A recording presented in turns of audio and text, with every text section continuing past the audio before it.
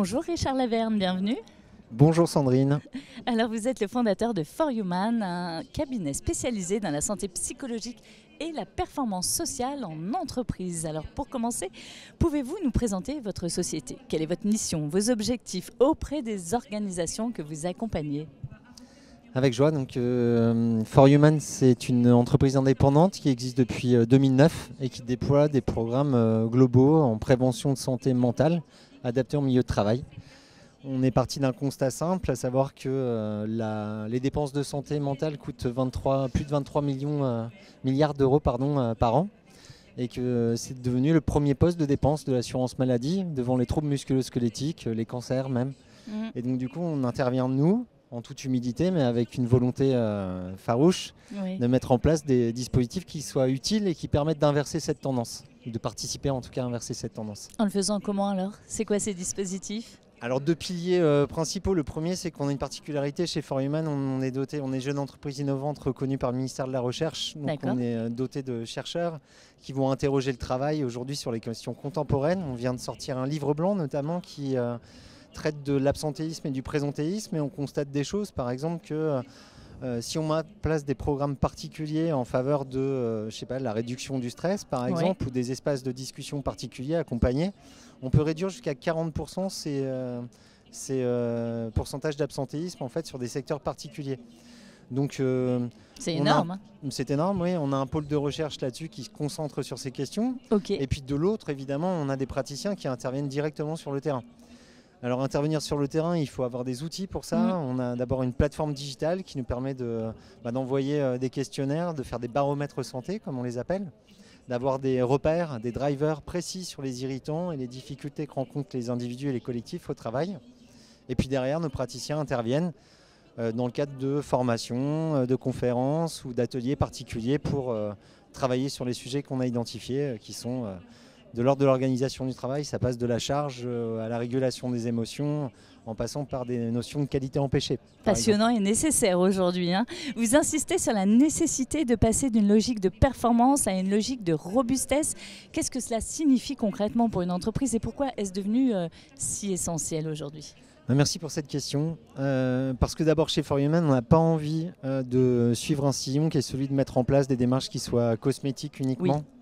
Donc on a une approche qui est volontairement systémique, qui s'intéresse à l'organisation du travail, au transfert de connaissances et puis à l'accompagnement psychosocial pour des personnes qui sont vulnérables. Et puis finalement, ça part d'une réflexion autour d'une question de biologie au départ.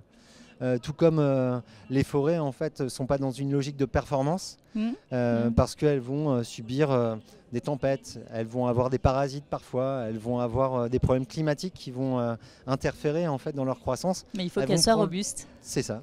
Et elles vont prendre le temps de poursuivre leur croissance. Et on voit une forme de durabilité là-dedans. Par exemple, un chêne pousse moins vite qu'un bouleau. Et pour des raisons qui sont celles qui va vivre centenaire pour l'essentiel de cette essence. Et ben, si on confronte en fait à l'organisation du travail, on se rend compte que les logiques de performance aujourd'hui elles sont court-termistes et elles usent, elles abîment les personnes la plupart du temps. Et donc comment on fait en fait en mettant en place une démarche de robustesse, en ayant des visions à moyen long terme. Et des visions à moyen long terme, c'est se dire tiens remettons de la marge de manœuvre là où il n'y en a plus, là où on n'a que des indicateurs de performance. Recréons des espaces de discussion là où c'est plus permis. A-t-on le droit à l'erreur? Et si oui, dans quelle mesure? Est-ce qu'on doit tout savoir en permanence? Ou se dire parfois je ne sais pas? Pour que ça crée à côté la possibilité pour d'autres personnes d'apporter leurs idées en fait, et donc du coup d'innover et d'apporter ce qui permettra aux entreprises de poursuivre leur développement. Et de partager, on se sent moins seul quand on partage. C'est clair. Ça aide aussi. Richard, une dernière question. Vous parlez également d'accepter la vulnérabilité justement pour être plus robuste. En quoi le fait de reconnaître ses fragilités peut-il aider une organisation à rester plus forte et plus vraie dans ses choix?